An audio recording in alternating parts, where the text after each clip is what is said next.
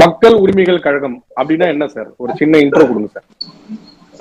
மக்கள் உரிமைகள் கழகம் நீங்கள் நினைப்பது போல ஒரு மக்களிலிருந்து வேறுபட்டு எங்கிருந்தோ புதிதாக தோன்றி ஒரு அந்நிய தேசத்திலிருந்து முளைத்து வந்த இயக்கம் என்று நீங்கள் நினைக்க கூடாது.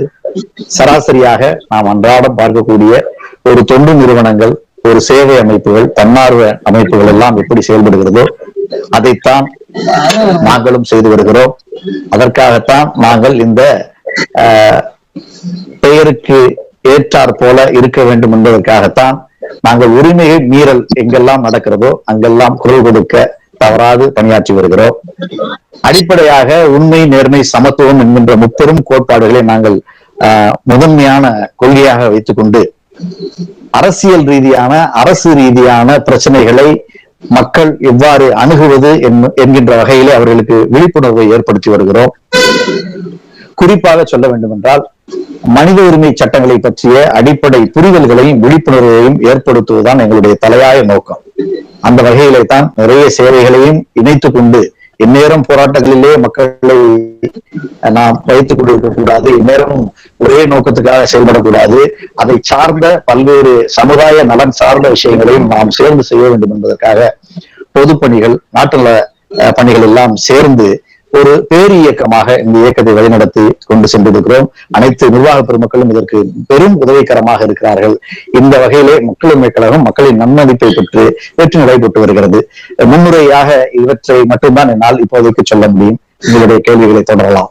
இது மக்களோட உரிமைகளை மீட்டுக் கொடுக்கறதாகவும், சமுதாயத்துல மக்களுக்கு பிரச்சனைகளை தீர்த்து கொடுக்கறதாகவும், நீங்க அவங்களுக்கு சட்டப்படி சில உதவிகளை எப்படி கையாளணும் அப்படின்னு சொல்லி கொடுக்கறதாகவும் நீங்க சொன்னீங்க. அப்போ மக்கள் உரிமை கழகம் கூடி சீக்கிரம் ஒரு அரசியல் கட்சியா மாறுமா? இதுல ஒரு சின்னஞ்சிறு இல்ல, மிகப்பெரிய வேறுபாடு ஒன்றை நீங்கள் அனைவருமே தெரிந்து கொள்ள வேண்டும். மேயர்கள் அனைவருக்கும், பொதுமக்கள் அனைவருக்கும் இந்த காணொலி வாயிலாக நான் இந்த செய்தியை பதிவு செய்ய விரும்புகிறேன். மனித உரிமை ஆணையம் என்கின்ற ஒரு அமைப்பு இருக்கிறது, அரசு அமைப்பு. இது தேசிய அளவிலும் மாநில அளவிலும் இருக்கிறது. இந்தியாவின் பல மாநிலங்களிலும் இந்த அரசு அமைப்பு இருக்கிறது. இந்த அமைப்பிலே ஓய்வு பெற்ற உயர் நீதிமன்ற, உச்ச நீதிமன்ற நீதிபதிகள் இருப்பார்கள். உயர்ந்த காவல்துறை அதிகாரிகளாக பொறுப்பேற்று பதவியில் இருந்து ஓய்வு பெற்றவர்கள் நியமிப்பார்கள். எங்களை போன்ற, உங்களை போன்ற மனித உரிமை ஆர்வலர்கள், சட்டம் தெரிந்தவர்கள் ஒரு உறுப்பினராக இருக்கலாம் என்று சட்டம் சொல்கிறது. இப்படியாக இந்தியா முழுமைக்குமான மனித உரிமை சட்டங்களை செயல்படுத்துவதிலே அந்தந்த மாநில அரசுகளோடு மத்திய அரசும் சேர்ந்து பல நன்மைகளை செய்து வருகிறது. இது அரசு அமைப்பு. மக்கள் உரிமைகள் கழகம் பல்வேறு பெயர்களில், பல்வேறு நிலைகளில் வித்தியாசமாக நிறைய பெயர்களை வைத்துக் கொண்டு இந்த உரிமைகள் சம்பந்தப்பட்ட இயக்கங்கள் நிறைய இருக்கிறது. அவையெல்லாம் அரசு அமைப்புகள் அல்ல, நாங்கள் உட்பட. இதை நான் இந்த நேரத்தில் ஏன் பதிவு செய்கிறேன் என்றால், இந்த பெயரை அரசு நிறுவனம் போன்று பலர் காட்டிக்கொண்டு அதனால் பலவிதமான குழப்பங்களை மக்களிடத்திலே விளைவித்துக் கொண்டிருக்கிறார்கள். அதற்கு மக்களாகிய நீங்களும் விழிப்புணர்வு பெற்று நீங்கள் அதிலிருந்து உங்களை காத்துக் கொள்ள வேண்டும். அந்த போலி அமைப்பிலிருந்து உங்களை நீங்கள் அவர்களுக்காக நீங்கள் பரிந்து கொண்டு அவர்களுக்காக வேலை செய்து நீங்கள் ஏமாந்து விடக்கூடாது என்பதை நான் உங்களுக்கு வேண்டுகோளாக வைக்கிறேன். அடுத்ததாக இந்த மனித உரிமை சட்டங்கள் அது எப்படி வந்ததுன்னா, இயற்கையாக மனிதனாக பிறந்ததற்காக இயற்கையாக நமக்கு கிடைத்த சட்டம் அது. இது மிகப்பெரிய சப்ஜெக்ட். அது விரிவா பேசக்கூடியது. பல நாட்கள் கருத்தரங்கமாவே பேசலாம். ஆனா ஒரு சுருக்கமா எல்லாருக்கும் எளிமையாக புரியும்படியாக ஒரு விஷயத்தை மட்டும் நான் இங்க பதிவு செய்யறேன். இரண்டாம் உலக போருக்கு பிறகு போர் குற்றங்கள் அந்த உலக போரிலே அதிகப்படியாக நடந்தது. அப்படி இருக்கிற காலகட்டத்திலே உலகம் எல்லாம் அனைத்தும் சேர்ந்து, உலக நாடுகள் அனைத்தும் சேர்ந்து இதற்கு ஒரு முடிவு கட்ட வேண்டும், இந்த போர்க்குற்றங்களை தடுத்தாக வேண்டும் என்று ஒரு சிந்தனைக்கு வந்தன. அந்த சிந்தனையின் விளைவாக உருவாக்கப்பட்டதுதான் மனித உரிமை சட்டங்கள். இது ஐநாவிலே ஐநா சபையிலே பிரகடனப்படுத்தப்பட்டு டிசம்பர் 10ஆம் தேதி அன்றைய தினத்திலே அறிமுகப்படுத்தினார்கள். அதைத்தான் ஆண்டு முழுவதுமாக ஒவ்வொரு ஆண்டும் மனித உரிமை தினமாக உலகம் முழுவதும் கடைபிடித்து வருகிறார்கள். நாங்களும் அதை மிகப்பெரிய விழாவாகவும் கொண்டாடி வருகிறோம். இது மக்கள் நலன் சார்ந்த விஷயங்களில் தனக்கான உரிமைகளை அவர்கள் என்ன என்பது தெரியாமலேயே நிறைய பேர் விழிப்புணர்வற்று இருக்கிறார்கள். படித்தவர்கள் கூட, விவரம் தெரிந்தவர்கள் கூட உரிமைகளை பற்றிய விழிப்புணர்வு இல்லாமல் இருக்கிறார்கள். இந்த விழிப்புணர்வை ஏற்படுத்துவது உங்களுடைய தலையாய நோக்கம் என்று நான் ஏற்கனவே சொன்னேன். அதைத்தான் செய்து கொண்டிருக்கிறோம். இதற்காக மனித உரிமை சட்டங்களை அடிப்படை கல்வியிலேயே நீங்கள் பாடத்திட்டமாக கொண்டு வர வேண்டும் என்று இந்த அரசுக்கு கூட, தமிழக அரசுக்கு கூட நாங்கள் கோரிக்கை வைத்திருக்கிறோம். அதை முன்னெடுத்தும் செயல்படுத்திக் கொண்டிருக்கிறோம். முதல் கூட்டங்களில் இருந்து இன்றைய கூட்டம் வரை எங்கெல்லாம் பதிவு செய்ய முடியுமோ அங்கெல்லாம் அரசின் கவனத்திற்கு நாங்கள் இந்த விஷயத்தை கொண்டு போய் சேர்த்துக் கொண்டிருக்கிறோம். இப்போ அரசு இதுக்கான தனித்தனி இலாக்கா வச்சிருக்காங்க. ஒரு பிரச்சனைக்கும் தனித்தனி இலாக்காக்கள் வச்சிருக்காங்க. அந்த பிரச்சனையில பொதுமக்கள் போய் அந்த பிரச்சனையை தீர்த்துக்கிறதுக்கும் அந்த இலாக்காக்கள் இருக்கு. அந்த இலாக்காக்கள்ல நீதி கிடைக்கல அப்படின்னா நீதிமன்றம் இருக்கு. அப்புறம் இந்த மாதிரி ஒரு விஷயம் இருக்கும்போது எதுக்கு இந்த இயக்கங்கள்? நீங்க நல்ல கேள்வி. அதாவது ஒரு காலகட்டத்தில் ஒரு 20 ஆண்டுகளுக்கு முன்பு யோசித்து பாருங்கள். ஒரு காலகட்டத்தில் ஒரு காவல் நிலையத்திற்கு சென்று ஒரு புகார் மனு அளித்து திரும்புவது என்பது அசாத்தியமான செயலாக இருந்தது. அன்றைய நம்முடைய கல்வி நிலையம் அவ்வாறாக இருந்தது. அன்றைய அதிகாரிகளுடைய செயல்பாடுகளும் மனப்பக்குவமும் அவ்வாறாக இருந்தது. இவற்றை எல்லாம் மாற்றியது யார்? இலாக்காக்களா, எங்களை போன்ற அமைப்புகளா? சற்று சிந்திக்க வேண்டிய கேள்வி இது. நீங்க நல்ல கேள்வியை கேட்டிருக்கீங்க இந்த நேரத்துல. அதாவது உங்களுக்கு ஒரு துன்பம் ஏற்படுகிறது, உங்களுக்கு ஒரு பிரச்சனை வருகிறது என்றால் முதலாவதாக உங்களுக்கு உதவி செய்ய வருவது உங்கள் அண்டை அயலார், உங்களுடைய தெருவில் இருப்பவர், உங்கள் பக்கத்தில் இருப்பவர், அவர்கள் தான் வருவார்கள். நீங்கள் ஒவ்வொரு விஷயத்துக்காகவும் அரசு அலுவலகங்களையோ நிறுவனங்களையோ நீங்கள் நாட வேண்டியது இருந்தால் உங்களுக்கு அது மிகப்பெரிய சவாலாக இருக்கக்கூடும். எத்தனையோ இயக்கங்கள் இருந்தாலும் சரிவர செயல்படுகிற இயக்கங்களை கண்டறிந்து அவர்கள் மூலமாக நீங்கள் விழிப்புணர்வு பெற்றிருந்தீர்களேயானால் நிச்சயமாக உங்களையும் உங்களை சார்ந்தவர்களையும் பாதுகாத்துக் கொள்ளலாம். அதனால் இத்தகைய இயக்கங்கள் கண்டிப்பாக தேவை. இன்றளவும் இதற்கு மேலும் இன்னும் பல இயக்கங்கள் வந்தாலும் அதை நான் வரவேற்கிறேன். உரிமைகளை பாதுகாப்பதற்கு, மக்கள் நல பணிகளை செய்வதற்கு, மனிதநேய பணிகளை செய்வதற்கு சட்ட ரீதியாக பதிவு செய்யப்பட்ட அமைப்புகள் பலவும் முன்வர வேண்டும் என்பதே என்னுடைய ஆசை, அது என்னுடைய கோரிக்கை. மக்கள் உரிமைகள் கழகம், நீங்க இதுக்கு முன்னாடி ஒரு எக்ஸ்பிளனேஷன் கொடுத்தீங்க. மனித உரிமைகள் ஆணையத்தை பத்தி ஒரு எக்ஸ்பிளனேஷன் கொடுத்தீங்க. அதை பத்தி எல்லாம் தெரிஞ்சுக்கணும்ட்டு மனித உரிமை ஆணையம், ஹியூமன் ரைட்ஸ் கமிஷன் ஒண்ணு இருக்கு. அது மக்களுக்கான ஒரு உரிமையை மீட்டு கொடுக்கறது, கவர்மெண்டா இருக்கட்டும் நான் கவர்மெண்டா இருக்கட்டும் எல்லார்கிட்ட இருந்தும் மீட்டு கொடுக்க இருக்காங்க. பட் அவங்க செய்யாத இயக்கங்கள் செய்யுதா? அதாவது இப்ப எப்படின்னா, மனித உரிமை ஆணையத்துக்கென்று சில கட்டுப்பாடுகள் இருக்கிறது. அவர்களை அணுகுவது என்பது மிக எளிமையான காரியமாக இல்லை. இன்றைக்கு தொழில்நுட்ப வளர்ச்சியின் காரணமாக இன்றைக்கு ஆன்லைன்லயே எல்லா பெட்டிஷனையுமே எடுத்துக்கிறாங்க, விசாரிக்கிறாங்க. அதை அவங்க தீர்வு கொண்டு சொல்றாங்க. தமிழ்நாட்டுல மட்டும் மாநில மனித உரிமை ஆணையம் 2,57,000 வழக்குகளுக்கு மேல் பதிவு செய்யப்பட்டு 2 லட்சம் வழக்குகளுக்கு மேல் அவர்கள் தீர்வு கொண்டிருக்கிறார்கள். அப்படி இருக்கிறது. ஆனால் எத்தனையோ இன்னல்கள் அன்றாடம் ஒவ்வொரு தெருவிலும், ஒவ்வொரு வீட்டிலும், ஒவ்வொரு பகுதியிலும் நடந்து கொண்டே இருக்கிறது. இவற்றிற்கெல்லாம் எது மனித உரிமை சார்ந்த விஷயம், எது மனித உரிமை இல்லாத விஷயம், எதையெல்லாம் இவற்றுக்குள் அடக்குவது என்கின்ற விழிப்புணர்வே தெரியாமல் இருக்கிறது. அந்த விழிப்புணர்வை நாங்கள் ஏற்படுத்துகிறோம். இப்ப தகவல் அறியும் உரிமை சட்டம் என்று ஒன்று வந்தது. அதற்கு முன்பாக நாம் ஒரு தகவலை கேட்பது என்றால் எவ்வளவு சிரமமான காரியமாக இருந்தது. அது ஒரு பக்கம். இன்றைக்கும் தகவல் அறிவு உரிமை சட்டத்தை பயன்படுத்துவதில் எத்தனை பேர், மிக சொற்பம் பேர் தான் பயன்படுத்துகிறார்கள். ஆங்காங்கே இதை பற்றின, இந்த சட்டத்தை பற்றி மட்டுமே பொதுநல அமைப்புகள் பலவும் வகுப்பெடுத்துக் கொண்டிருக்கின்றன, கருத்தரங்கள் நடத்தி கொண்டிருக்கின்றன. இதை எப்படி பயன்படுத்துவது, இதை எப்படி செயல்படுத்துவது என்று எடுத்துக்கொண்டிருக்கின்றன. நாங்கள் மனித உரிமையை கையில் எடுத்திருக்கிறோம். அதை பற்றிய விஷயங்களை பரப்புவதோடு மற்ற பணிகளையும் சேர்த்து செய்கிறோம். சமூகத்துல இப்போ நடந்துட்டு இருக்க ஒரு விஷயம் என்னன்னா, 80 கோடி ரூபாயில பெண் வைக்க போறேன் கடல்ல அப்படின்னு சொல்லிட்டு இப்ப இருக்க அரசு சொல்லியிருக்காங்க.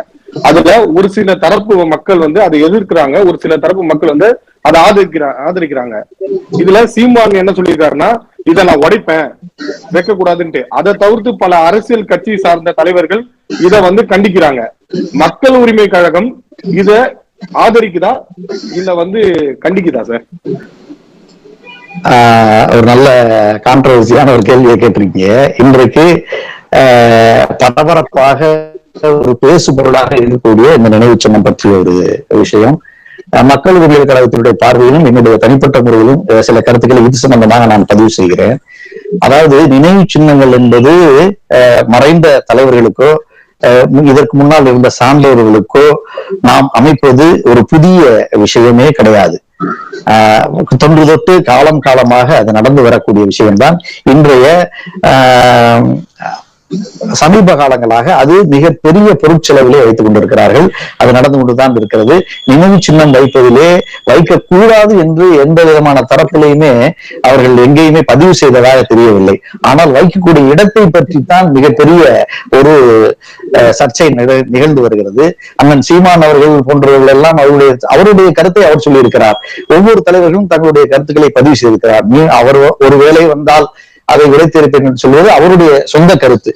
மக்கள் உரிமை கழகத்தினுடைய பார்வையில் என்ன என்று சொன்னால், அந்த ஒரு மாபெரும் தலைவருடைய நினைவு போற்றுதலுக்குரியது. அவருடைய நினைவாக ஒரு பேனாவை அங்கே கடலில் வைப்பது என்பது, நினைவு சின்னம் வைப்பது என்பதில் யாருக்கும் எந்த ஆட்சேபனையும் இல்லை. எங்களுக்கும் அந்த ஆட்சேபனை இல்லை. என்னுடைய பார்வையிலே அது ஆட்சேபனை இல்லை. ஆனால் வைக்கக்கூடிய இடத்தை பற்றிய சர்ச்சை எழும்போது அரசு அதை மறுபரிசீலனை செய்தால் நன்றாக இருக்கும் என்றுதான் நாங்கள் நம்புகிறோம். ஏனென்றால் பின்வரும் சந்ததிகள் இன்னும் 100 ஆண்டுகள் கழித்து அந்த பேனா நிற்குமேயானால், ஒரு இடத்தில் நிற்குமேயானால், ஒரு தமிழனின் அடையாளமாக கூட, தமிழ்நாட்டின் அடையாளமாக கூட அந்த பேனா இருக்கக்கூடும். அதில் மாற்று கருத்து எங்களுக்கு இல்லை. நினைவு சின்னம் வைக்கப்பட வேண்டும், வைக்கலாம். அதற்கான இடத்தை பொதுமக்களுடைய இல்ல, அதாவது நினைவு சின்னம் வைக்கக்கூடாது என்பதை நாங்கள் எதிர்க்கவில்லை. அந்த இடத்துல வைக்கக்கூடாது. மக்களினுடைய மனநிலையை பொறுத்து அரசு மறுபரிசீலனை செய்ய வேண்டும்.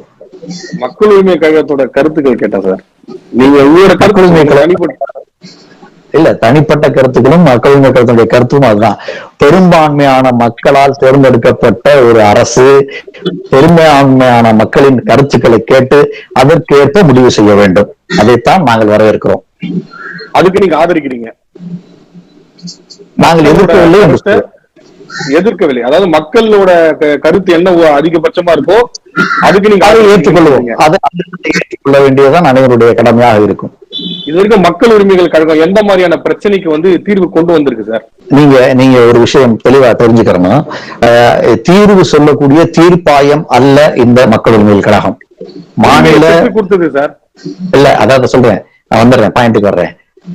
மாநில மனித உரிமை ஆணையம் கூட சம்பந்தப்பட்ட துறைக்கு பரிந்துரை செய்யலாம். சட்டம் அதைத்தான் சொல்லுது. பரிந்துரை செய்யலாம், அதை அமல்படுத்த கட்டாயப்படுத்தலாம்.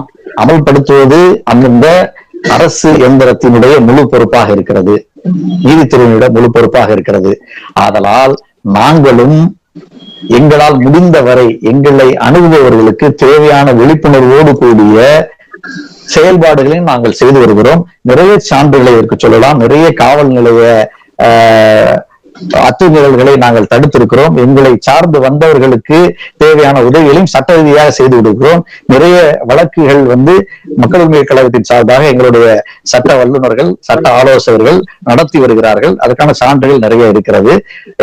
அதாவது இது மனித உரிமை மீறல் மட்டுமல்லாது ஏனைய பல இன்னல்களுக்குமான ஒரு வழிகாட்டியாக நாங்கள் இருக்கிறோம். ஒரு எப்படி கண் தெரியாத ஒரு இருட்டான ஒரு இடத்திலே ஒரு சிறிய விளக்கை ஏற்றி வைத்தால் ஓரளவு அவர்களுக்கு நடப்பதற்கோ அவர்களுக்கு பாதையை சரியாக கண்டுபிடித்து செல்வதற்கோ ஒரு வசதியாக இருக்குமோ, அந்த ஒரு ஒளிவிளக்காக வழிகாட்டும் ஒரு இடமாக நாங்கள் இருக்கிறோம்.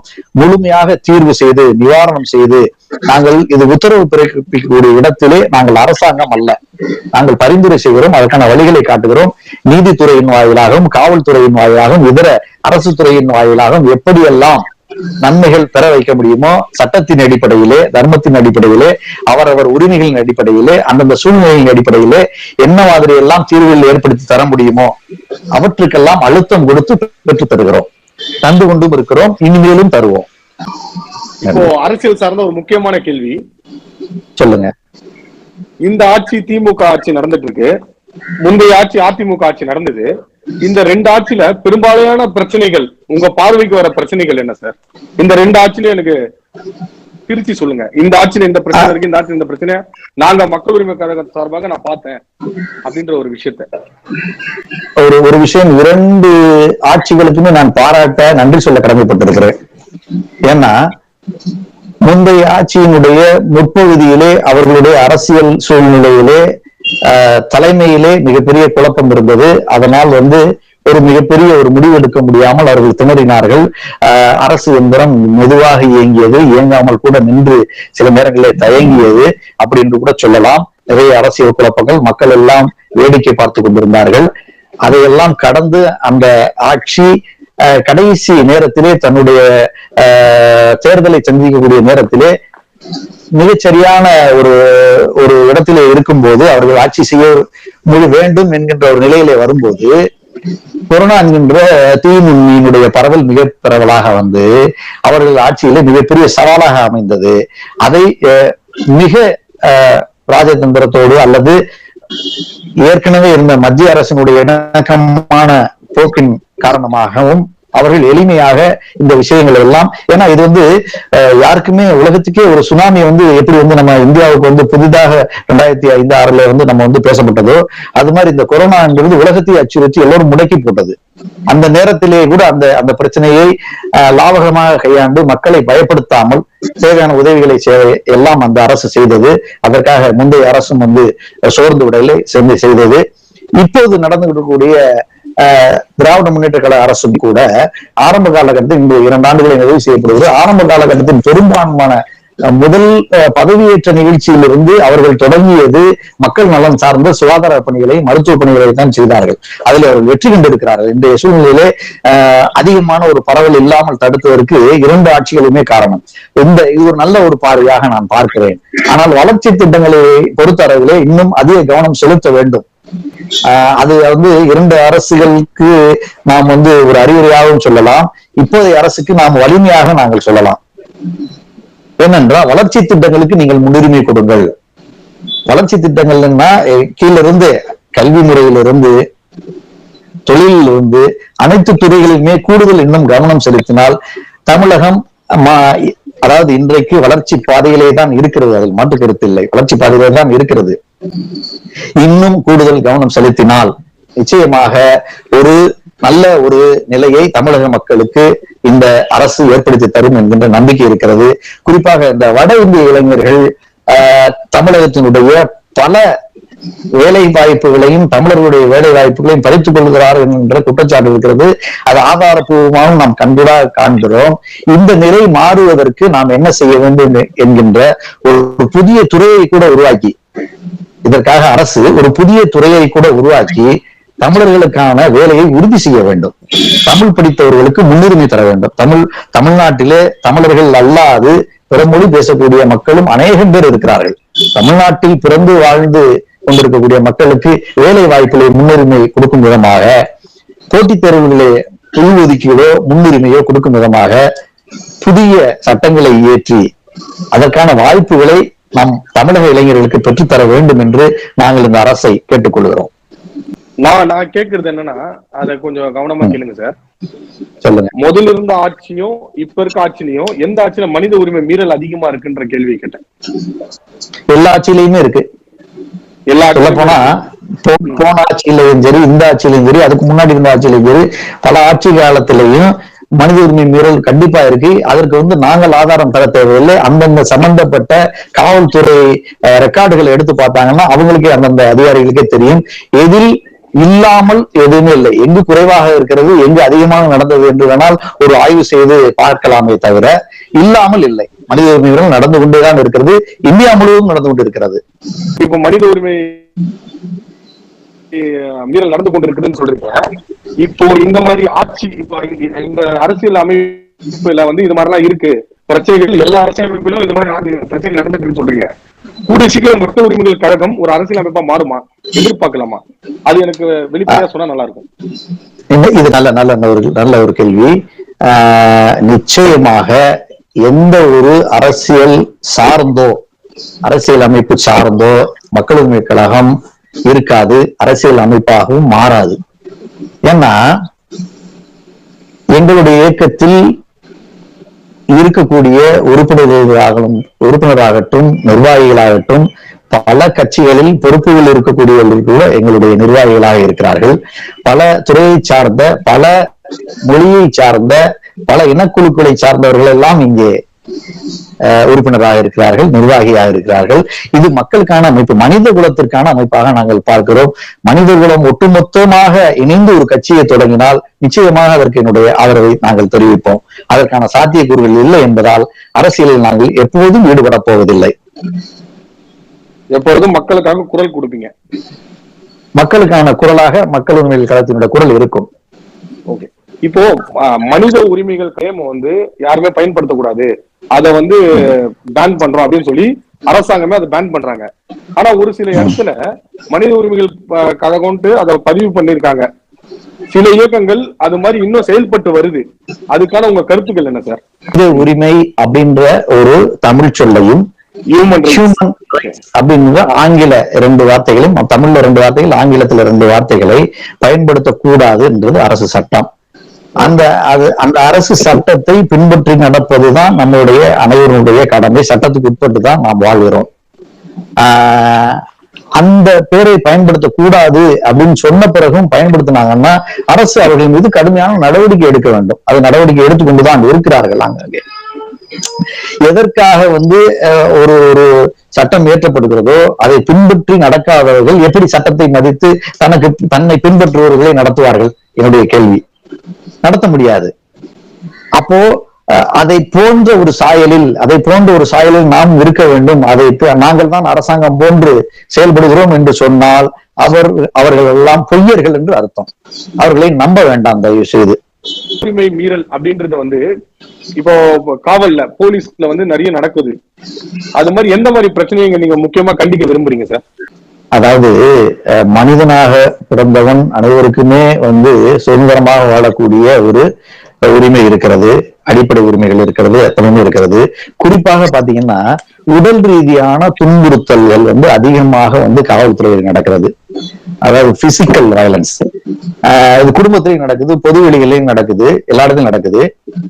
ஆனால் ஒரு கைதிக்கும் அவனும் மனிதன் தான், அவனுடைய மனித உரிமைகளும் மதிக்கப்பட வேண்டியது எல்லாமே சட்டம் சொல்லுகிறது. உடல் ரீதியான தண்டனைகளை சட்டம் அனுமதிப்பது இல்லை. அந்த வகையிலே மற்ற துறைகளை காட்டிலும் அதிகப்படியாக இந்த குற்றம் சார்ந்த, நேரடியாக குற்றவியல் சார்ந்த விஷயங்களுக்காக சில நபர்கள் காவல்துறையினரால் கைது செய்யப்படும் போது அவர்கள் நடத்துகிற விதம் ஒரு கடுமையான நடவடிக்கைகள் மூலம் உடல் ரீதியாக அவர்கள் துன்பப்படுத்தப்படுகிறார்கள், காயப்படுத்தப்படுகிறார்கள் என்று நாங்கள் அதை தொடர்ந்து கண்டித்து வருகிறோம். அப்படி செய்யக்கூடாது என்பதுதான் எங்களுடைய கோட்பாடு. அது ஒரு மனித உரிமை மீறலாகத்தான் பார்க்கப்படுகிறது. இதே மாதிரி குடும்பத்திலே வன்முறை, தெருவிலே வன்முறை, இப்படி ஒருத்தர் அடித்துக் கொள்வது, ஒருத்தர் துன்புறுத்துவது மனித உரிமை மீறலாகத்தான் பார்க்கப்படுகிறது. இதையும் நாங்கள் கண்டிக்கிறோம். அதை செய்யாமல் எத்தனையோ சட்ட ரீதியான வழிகளிலே அவர்களை கண்டிக்க முடியும். அதனால் மனித உரிமை மீறல் என்பது உடல் ரீதியான துன்பங்களுக்கு அதிகமாக ஆளாக்குவதால் நிறைய குற்றங்கள் பெறுகிறது. அவர்கள் திருந்துவதற்காக செய்துவிட்டால் பரவாயில்லை, அது திருத்தாமல் மேலும் அவர்களை இன்னும் முரடர்கள் ஆக்குகிறது என்பதுதான் எங்களுடைய வாதம். மக்கள் உரிமைகள் கழகம் அடுத்தபடியா எதை நோக்கி இப்ப பயணம் செய்ய போகுது? எப்போதுமே மக்கள் சேவையை நோக்கி தான் பயணிக்கிறோம். உரிமை மீட்டு கொடுக்கறதும், மக்களுக்கான ஒரு நீதிக்கு தீர்வு கொடுக்கறதும் இல்லாம வேற ஏதாவது ஒரு சமூக பிரச்சனை கையில எடுக்க போதா? ஏன்னா அது இப்போ வரைக்கும் ஒரு அரசியல் அமைப்பா மாற போறது இல்லைன்னு நீங்க திட்டமா சொல்லிட்டீங்க. இது ஒரு இயக்கமாவே இருக்க போதுன்னு சொல்லிருக்கீங்க. ஏதாவது ஒரு விஷயத்த கையில் எடுக்க போதா மக்கள் உரிமை கழகம்? உங்களோட இதுல நீங்க முக்கியமா இத நம்ம கண்டிக்கணும், சமுதாயத்துல இத கண்டிப்பா நம்ம சரி பண்ணணும் அப்படின்னு ஏதாவது பிளான் வச்சிருந்தீங்கன்னா அதை சொல்லுங்க சார். உண்மை, நேர்மை, சமத்துவம் என்று நான் முதல்ல சொன்னேன். அந்த விதத்துல சமத்துவம்ன்ற ஒரு வார்த்தை இருக்குதுங்களா, அந்த சமத்துவம் நிலை பெற வேண்டும் என்பதே மிகப்பெரிய ஒரு சவாலாக இருக்கிறது. மாண்புமிகு உச்ச நீதிமன்ற நீதிபதி சந்திரசூட் அவர்கள் கூட நேற்றைய தினம் பேசியிருக்காங்க. இந்திய அரசியல் சாசனம் தன்னுடைய மிகப்பெரிய ஒரு கோட்பாடு சமத்துவம். ஆனால் அந்த சமத்துவம் என்பது இன்றளவும் கிடைக்கவில்லை என்பதை நான் நினைத்து வருந்துகிறேன் அப்படின்னு ஒரு இடத்துல பதிவு கொண்டாரு. மகாராஷ்டிராவில ஒரு பட்டமளிப்பு விழாவில் பதிவு கொண்டாரு.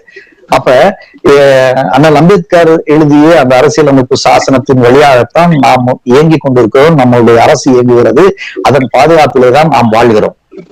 இத்தகைய சூழ்நிலையிலே இந்த சமத்துவம் என்கின்ற கோட்பாடு எல்லோரும் சமமாக நடத்தப்படுகின்றனரா, சமமான ஒரு நிலை எல்லோருக்கும் இருக்கிறதா என்றால் அது கவலைக்குரியதாக இருக்கிறது, சந்தேகத்துக்கிடமானதாக இருக்கிறது. அதை நான் மட்டும் பதிவு செய்யவில்லை. நீதித்துறையிலே மிக உயர்ந்த பதவியில் இருக்கக்கூடிய நீதிபதி அவர்கள் பதிவு செய்கிறார்கள். இந்த சமத்துவம் அனைவருக்கும் கிடைக்க வேண்டும் என்பதே எங்களுடைய இப்போதைய நோக்கம். எப்போதும் இதை நோக்கியே பயணப்படுவோம். சமத்துவம் என்பது எல்லோருக்கும் சமமான ஒரு விஷயங்கள் எல்லோருக்கும் கிடைக்க வேண்டும் என்பது ஒரு பொதுவான கருத்தாக எல்லோருமே பார்க்கிறார்கள். ஆனால் சமத்துவம் என்பது எல்லோரும் ஒரே உயரத்தில் இருக்க வேண்டும், எல்லோருக்கும் ஒரே மாதிரியான நிலை கிடைக்க வேண்டும் என்பதே சமத்துவம். உதாரணமா சொல்லணும்னா, ஒருத்தர் வலிமையானவர் ஒரு விஷயத்தை செய்வதற்கும் எளிமையான ஒரு விஷயத்தை செய்வதற்கும் நிறைய வேறுபாடுகள் இருக்கிறது. வலிமையானவர்களுக்கு குறைந்த ஒரு பலம் இருந்தால் போதும், எளிமையானவர்களுக்கு மிக அதிக பலம் தேவைப்படும். எங்கு பலம் அதிகம் தேவைப்படுகிறதோ அந்த இடத்திலே அதிக பலனை கொடுத்து அவர்களை முன்னேற்ற வேண்டும், அவர்களையும் அதை சாதிக்க வைக்க வேண்டும் என்பதுதான் சமத்துவம். இது புரியும் நினைக்கிறேன். அதாவது இன்னொரு விஷயம் வழியா சொல்றேன். ஒருத்தர் ஒரு 6 அடி மனிதர் ஒரு இடத்தினுடைய எல்லையை பார்க்க வேண்டும் என்றால் ஒரு 5 அடி மனிதருக்கு 1 அடி உயரமுள்ள ஏதாவது ஒரு நாற்காலி தேவைப்படும். 4 அடி உயரமுள்ள மனிதருக்கு ஒரு 2 அடி உயரமுள்ள ஒரு நாற்காலி தேவைப்படும். 3 பேரும் அதிலே ஒருவர் தரையிலும் ஒருத்தர் 1 அடி நாற்காலியிலும் ஒருவர் 2 அடி நாற்காலியிலும் இருந்து பார்த்தால் மூவருடைய கண்களும் ஒரே பார்வையாக இருக்க வாய்ப்பு இருக்கிறது. அந்த எல்லைகளை கடந்து அவர்கள் பார்ப்பார்கள். அப்போது உயரம் குறைவானவர்களுக்கு எப்படி கூடுதலான உயரத்தை நாம் கொடுக்க வேண்டியது காலத்தின் கட்டாயமோ அதைத்தான் சமத்துவம் என்று நாம் கருதுகிறோம். மக்கள் உரிமைகள் கழகம் அதைத்தான் கொள்கையாக வைத்திருக்கிறது. சமத்துவத்தை நிலைநிறுத்துவதுதான் மக்கள் உரிமைகள் கழகத்தின் எதிர்கால திட்டம். இன்றைய திட்டமும் அதுவே. எதிர்காலத்தில் இதற்கான தீவிர முன்னெடுப்பை நாம் நிலை பெற நாங்கள் அடுத்தடுத்த செயல்பாடுகளை செய்வோம். அடுத்ததாக சமூக நீதியினுடைய பலன்கள் எல்லோருக்கும் கிடைக்கிறதா, இது சமத்துவத்தின் இன்னொரு குழந்தையாக நாம் பார்க்க முடியும். சமூக நீதியும் சமத்துவமும் ஒன்றுதான். சமூக நீதி என்பது அனைத்து நிலையிலும் பின்பற்றப்பட வேண்டும் என்பதுதான் எதிர்கால திட்டமாக எங்களுக்கு இருக்கிறது. மக்கள் உரிமைகள் கழகம் அப்படின்றது ஒரு இந்துவுக்கு மட்டும் சப்போர்ட் பண்றதா, இல்ல எல்லா அனைத்து மத சார்ந்தவங்களும் சப்போர்ட் பண்ற அமைப்பா இருக்காது? நல்ல கேள்வி இது. அதாவது மனிதனாக பிறக்கும் போது எல்லோருமே மதமற்றவர்கள் தான். பிறப்புக்கும் எல்லா உயிர்க்கும் வள்ளுவர் சொல்றதாங்க. நான் ஒரு இந்துவாக இருப்பதனால் இந்த இயக்கம் இந்து இயக்கம் அல்ல. இதற்கு ஒரு அருமையான சான்று ஒன்று சொல்ல வேண்டும் என்றால், இந்த இயக்கத்தின் மத சார்பற்ற இயக்கம் அப்படின்னு நம்ம சொல்றதுக்கான ஒரு அழுத்தம் திருத்தமான ஒரு சான்று சொல்றேன். அதாவது எங்களுடைய மக்கள் உரிமை கழகத்தின் வாயிலாக நிறைய சேவைகள் செய்கிறோம். துறை சார்ந்த சேவைகளை பிரிவு வாரியாக செய்வதற்காக பல பிரிவுகள், பல அணிகள் வைத்திருக்கிறோம். மகளிர் அணி, இளைஞர் அணி, மாணவர் அணி, மீனவர் அணி, தொழிலாளர் அணி, வழக்கறிஞர் அணி, மருத்துவர் அணி, இப்படி பல அணிகள், கிட்டத்தட்ட ஒரு 30 அணிகளுக்கு மேலாக அணிகளை வகுத்திருக்கிறோம். இன்னும் காலத்தின் சூழ்நிலைக்கு ஏற்றாற் போல, தேவைக்கு ஏற்றாற் போல அணிகளை உருவாக்கினாலும் அதற்கு எங்களுடைய துணை விதிகள் நாங்கள் அரசாங்கத்தில் பதிவு செய்த துணை விதிகளின் அடிப்படையிலே பதிவு செய்து விரிவுபடுத்திக் கொள்ளலாம் அணிகளை. இப்படி எல்லா அணிகளும் இருக்கும்போது அனைவரும் வைத்திருக்கக்கூடிய சிறுபான்மை அணி என்கின்ற அணி மக்கள் உரிமைகள் கழகத்தில் இல்லை. அதுதான் எங்களுடைய சிறப்பு. எங்கள் மத சார்பின்மை என்பதற்கான சான்று எங்களிடம் சிறுபான்மை அணி என்பது கிடையாது. சரிங்களா?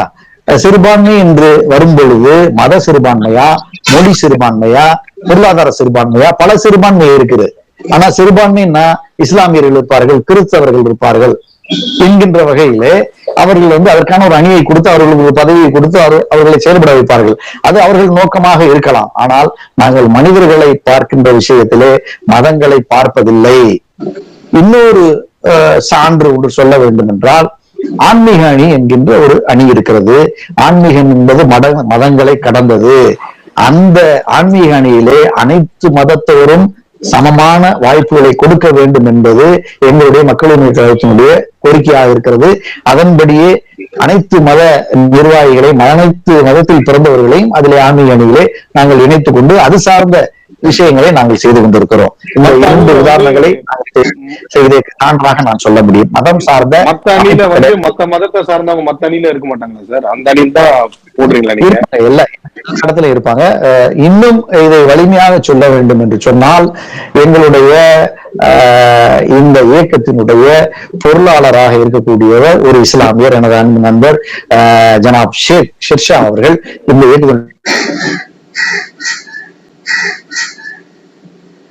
அவர் ஒரு இஸ்லாமியர்.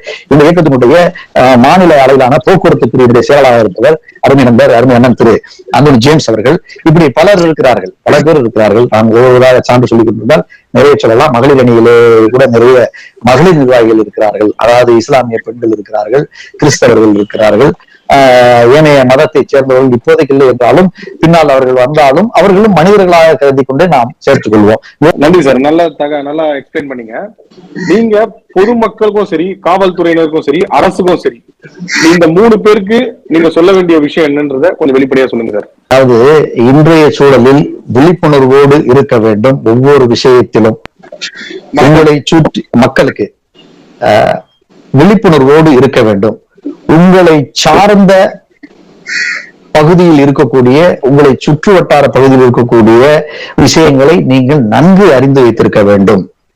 இது சாதாரண விஷயமாக உங்களுக்கு தோன்றினாலும் தக்க சமயத்தில் உங்களுக்கு இது உதவும். அதனால் எப்போதும் விழிப்புணர்வோடு இருங்கள். இது பொதுமக்களுக்கு மக்கள் உரிமை கழகத்தின் சார்பாக நாங்கள் வைக்கக்கூடிய வேண்டுகோள்.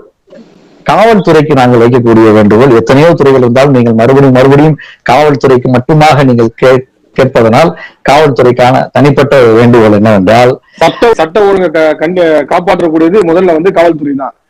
ஏன்னா முதல்ல அவங்கதான் பொது பிரச்சனையை கையில் எடுக்கிறாங்க. சோ அதனால வந்து அந்த கேள்வியை கேட்டேன் சார். அதாவது சட்டம் ஒழுங்கை காப்பாற்றுவதில் மிக முனைப்போடு செயல்படக்கூடிய காவல்துறையைத்தான் தமிழக காவல்துறை எப்பொழுதுமே வைத்திருக்கிறது. உலகிலேயே மிக சிறப்பாக செயல்படக்கூடிய காவல்துறையிலே நம்முடைய தமிழக காவல்துறையும் ஒன்று. அந்த வகையில இப்ப அனைவருமே காவலர்கள் அனைவருமே பெருமைப்பட்டுக் கொள்ளலாம், நாம் பெருமைப்பட்டுக் கொள்ளலாம். அவர்களுக்கான ஒரு பார்வை என்னவாக இருக்க வேண்டும் என்று நாங்கள் கருதுகிறோம் என்றால், பிறரையும் நீங்கள் கருணையோடு ஒரு கண்ணோட்டத்தோடு ஒரு பார்வை பாருங்கள். எப்போதுமே நீங்கள் வந்து ஒருவரை குற்றவாளியாக மட்டும் பார்க்காமல் அவர்களுக்கு உள்ள உள்மனதையும் அவர்களுடைய பின்புலத்தையும் நீங்கள் பாருங்கள். அரசியல்வாதிகளுக்கு கொடுக்கக்கூடிய முக்கியத்துவத்தை சாமானியர்களுக்கும் கொடுங்கள். அதுதான் எங்களுடைய கோரிக்கை. இது நான் சொல்றது வந்து நிறைய பேரு சந்தித்த விஷயங்களின் வெளிப்பாடாகத்தான் நாங்க சொல்றோம். இப்போது இருக்கக்கூடிய காவல்துறை தலைவர் வந்து மிக கடுமையாக நடந்து கொள்கிறார். எல்லா விஷயத்திலையுமே வந்து காவலர்களை கட்டுக்கோப்பாக வைத்திருக்கிறார். நிறைய பிரச்சனைகளை தெளிவாக முடிவெடுத்து நடத்தி கொண்டிருக்கிறார். தக்க சமயத்தில் காவலர்களை என்கரேஜ் செய்து நல்லபடியா அவர்களை ஊக்கப்படுத்துகிறார். இளைஞர்களுக்கு ஒரு முன்னுதாரணமாகவும் இருக்கிறார். அதையெல்லாம் நாங்கள் பாராட்டுகிறோம். அதே சமயத்தில் அந்த காவலர்களுக்கு அவர்களுக்கான பிரச்சனையும் கூட நிறைய இருக்கிறது. காவலர்களுக்கு இந்த பிரச்சனை இருக்கிறது. வார விடுமுறை எல்லாம் அறிவித்தார்கள். அந்த அறிவிப்போடு சரி அதற்கு பிறகு அவர்களுக்கு செயல்படுத்த முடியவில்லை என்று கூட ஒரு குற்றச்சாட்டு இருக்கிறது. அதை நீங்கள் காவல்துறை தலைவர்கள் அதையும் பரிசீலனை செய்ய வேண்டும். பொதுவாக கருணை பார்வையோடு அனைவரையும் பாருங்கள். குற்றவாளிகளை குற்றவாளிகளாக மட்டும் பார்க்காமல் அவர்களும் மனிதர்கள் என்ற போர்வையிலே அவர்களை நடத்துங்கள். கடுமை காட்டலாம், அது சட்ட ரீதியாக இருக்கலாம். உடல் ரீதியான துன்பத்தை யாருக்குமே கொடுக்காதீர்கள் என்பதுதான் எங்களுடைய வேண்டுகோள் காவல்துறைக்கு. அடுத்தபடியாக அரசுக்கு, இந்த மக்கள் அரசு இரண்டுக்கும் இணைப்பாக இருக்கக்கூடிய அனைத்து துறைகளுமே அரசு துறைகள், அரசு என்று நாங்கள் எடுத்துக்கொள்கிறோம்.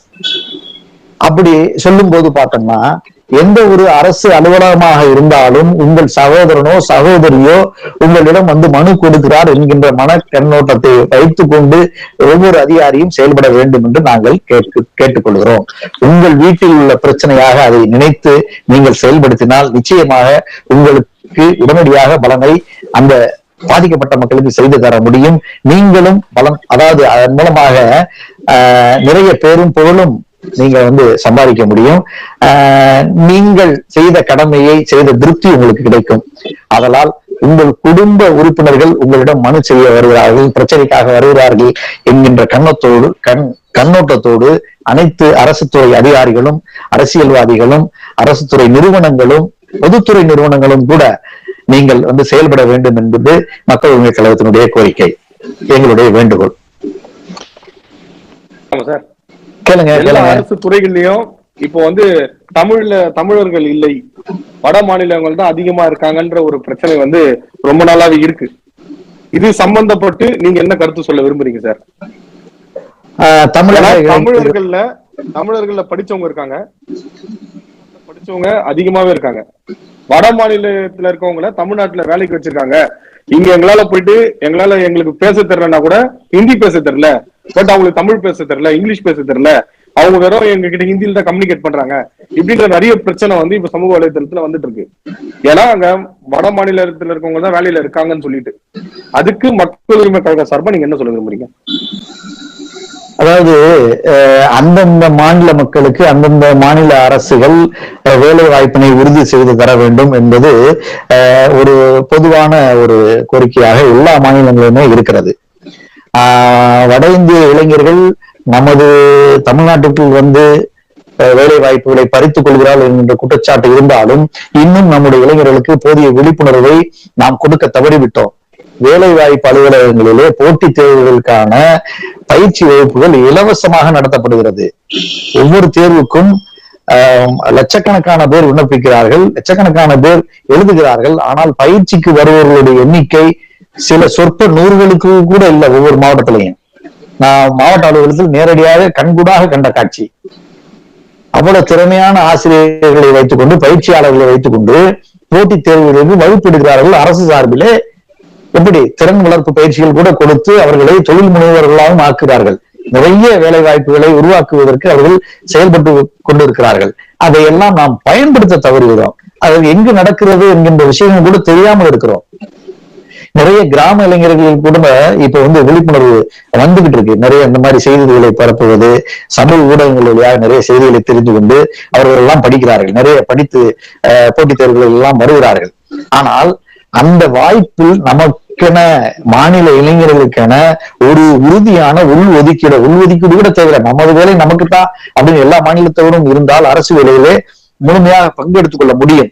அதற்காக இன்னும் நாம் தயாராக வேண்டும். உடலுழைப்பு விஷயங்களில் அவர்கள் அதிகம் வந்திருக்கிறார்கள். வட இந்திய இளைஞர்கள், பிற மாநில இளைஞர்கள் உடல் உழைப்பு சார்ந்த தொழில்களிலே அதிகமாக இருக்கிறார்கள். நாம் உடல் உழைப்பு சார்ந்த தொழில்களிலே நம்முடைய அடுத்த தலைமுறையை நாம் வளர்த்தெடுக்கவில்லை. அறிவு சார்ந்த தொழில்களிலே நாம் அவர்களை பழக்கப்படுத்தி அவர்களை படித்து அவர்களை கல்வியாளர்களாகவும் பொறியாளர்களாகவும் இன்ன பிற பல தொழில்களை அறிவியல் சார்ந்த தொழில்களை செய்வதாகவும் முன்னேற்றிவிட்ட காரணத்தினால் நாம் உடல் உழைப்பு சார்ந்த விஷயங்களில் கவனம் செலுத்த முடியவில்லை. அதற்காக வெளியில் இருந்து ஆட்கள் வருவதை நாம் தடுக்கவும் முடியாது. நம்ம போய் அந்த வேலையை செய்ய முடியும் அப்படின்றதுக்கு ஒரு துணிச்சலும் அசாத்தியமான தைரியம் வேணும், அந்த சூழ்நிலையும் வேணும். அந்த மாதிரி இல்லை. ஆனா நமது இளைஞர்கள் வெளி மாநிலத்திலே இதே வேலையை வேறு இடத்திலே செய்து கொண்டிருக்கிறார்கள், வெளிநாடுகளிலே செய்து கொண்டிருக்கிறார்கள். வெளிநாடுகளில் என்று அரபு நாடுகளிலே மிக அதிகமான கட்டடங்களை அனைத்தையுமே கட்டியவர்கள் நம்முடைய இந்திய இளைஞர்கள்.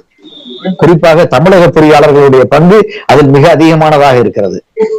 இப்படி உலகமயமாக்கலுக்கு பின்பு, உலக பொருளாதார வளர்ச்சிக்கு பின்பு பல மாற்றங்கள், பல விஷயங்கள் உலகம் முழுவதும் நடந்து கொண்டிருக்கிறது. இது உலகம் சார்ந்த விஷயங்கள் அனைத்திலுமே நடந்து கொண்டிருக்கிறது. நம்ம தமிழகத்தை பொறுத்தவரையிலே நாம் நம் இடத்தை பிடித்துக் கொண்டால் அடுத்தவர்கள் உள்ளே வருவதற்கு அனுமதியே இருக்காது.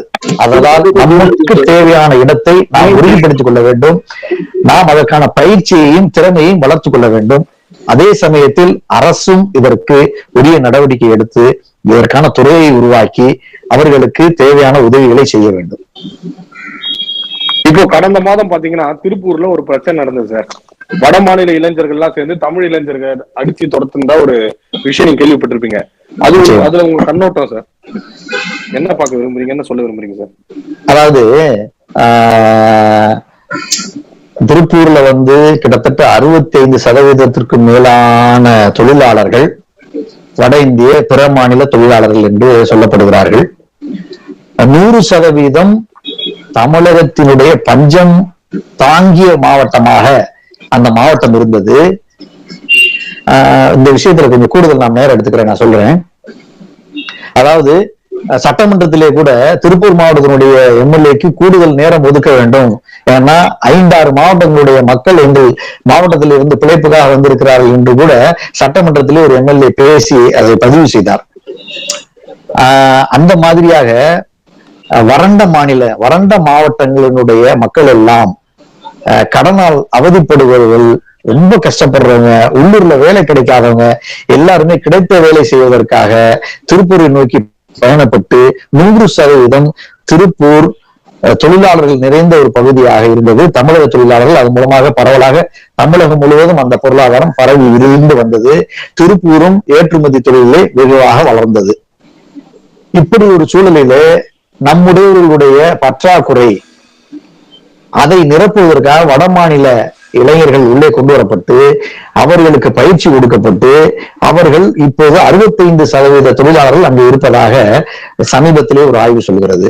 இந்த மீதமுள்ள 45 பேரும் அதிகப்படியான சம்பளம் வாங்குகிறார்கள், அவர்கள் சரியாக வேலைக்கு வருவதில்லை என்கிற குற்றச்சாட்டோடு சில பேரை அவர்களுடைய தொழில் திறமைக்காக விட முடியாத சூழலில் இருக்கிறார்களே தவிர மற்றபடி அவர்களும் இன்னும் சில காலத்தில் வெளியேறி விடுவார்கள் என்று ஒரு கருத்தும் இருக்கிறது. இந்த கலவரத்தை பொறுத்தளவிலே அது யாரை அடித்தாலும் அது தவறுதான். இதில் அவர்கள் அடித்து விட்டார்கள், இவர்கள் அவர்கள் அடித்துவிட்டார்கள் என்பது ஒரு தமிழனாக நாம் நமக்குள் ஒரு வேதனையை தெரிவிக்கிறோம். அது உண்மையில் நடந்தது என்ன என்பது யாருக்கும் அவ்வளவாக அறுதிட்டு சொல்லிவிட முடியவில்லை. ஆனால் பெரும்பான்மையாக ஒருவர் இருக்கும் இடத்தில் நாம் மாநில உரிமையை மட்டும் பேசிக்கொண்டு அந்த இடத்திலே நம்முடைய நியாயத்தை கற்பித்தால் கூட அந்த பெரும்பான்மையான மக்களால் தாக்கப்படுகிறோம். அந்த விஷயத்தில் அரசு கவனம் எடுத்து சம்பந்தப்பட்டவர்கள் மீது உரிய நடவடிக்கை எடுத்து இனிமேல் இது மாதிரியான நிகழ்வுகள் நடக்காமல், திருப்பூர் மட்டுமல்ல தமிழ்நாடு முழுவதும் எங்குமே நடக்காமல் இருப்பதற்கு கடுமையான நடவடிக்கை எடுக்க வேண்டும் என்று நாங்கள் கேட்டுக்கொள்கிறோம். உண்மையிலேயே தவறு. வடமாநில இளைஞர்கள் நடந்து கொண்ட இந்த விதம் தமிழகம் முழுவதும் அவர்களை வேலைக்கு எடுக்கக்கூடிய பிற மாவட்டங்களிலும் அவர்களுக்கான பாதிப்பை உருவாக்கி இருக்கிறது. இது உண்மையிலேயே கண்டிக்கத்தக்கது. நான் கேட்ட கேள்விக்கு நீங்க ரொம்ப பொறுமையா அழகா விளக்கம் சொல்லியிருக்கீங்க சார். நன்றி நன்றி நன்றி, ரொம்ப நன்றி சார்.